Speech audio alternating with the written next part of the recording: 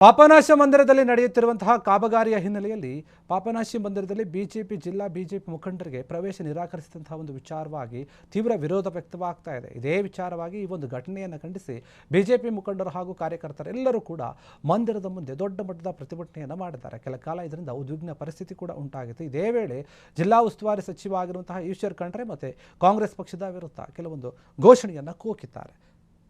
ಈ ಘಟನೆಯಿಂದ ಅಲ್ಲಿ ಏನಿದ್ದಾರೆ ಜನರು ಸ್ವಲ್ಪ ಕೋಪಿತರಾಗಿದ್ದಾರೆ. ಬಿಜೆಪಿಯವರು ಜನಪ್ರತಿನಿಧಿಗಳಿಗೆ ದೇವಾಲಯವನ್ನು ಪ್ರವೇಶ ನೀಡಿದಂತಹ ಅಧಿಕಾರಿಗಳು ಹಾಗೂ ಯಾರೇ ಇದ್ದರೂ ಕೂಡ ಅವರಿಗೆ ಆ ಅಧಿಕಾರ ಇಲ್ಲವೇ ಇಲ್ಲ ಅಂತ ಹೇಳಿ ಬಿಜೆಪಿ ನಾಯಕರು ಆಕ್ರೋಶವನ್ನು ಹೊರಹಾಕಿದ್ದಾರೆ. ಇದೇ ವಿಚಾರವಾಗಿ ಕೆಲ ಕಾಲ ಅಲ್ಲಿ ದೊಡ್ಡ ಮಟ್ಟದ ಒಂದು ಘರ್ಷಣೆ ಕೂಡ ಆಯಿತು. ಪೊಲೀಸರು ಈ ಒಂದು ಪರಿಸ್ಥಿತಿಯನ್ನು ನಿಯಂತ್ರಣ ಮಾಡುವಲ್ಲಿ ಹರಸಾಹಸಪಟ್ಟು ಹಂಗೋ ಹಿಂಗೋ ಮಾಡಿ ನಿಯಂತ್ರಣ ಮಾಡಿದ್ದಾರೆ.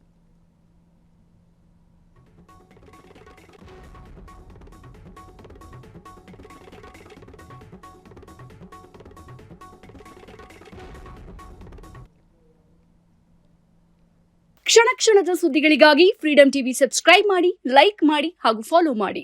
ಹೊಸ ಸುದ್ದಿಗಳ ನೋಟಿಫಿಕೇಶನ್ಗಾಗಿ ಬೆಲ್ ಐಕಾನ್ ಮೇಲೆ ಕ್ಲಿಕ್ ಮಾಡಿ.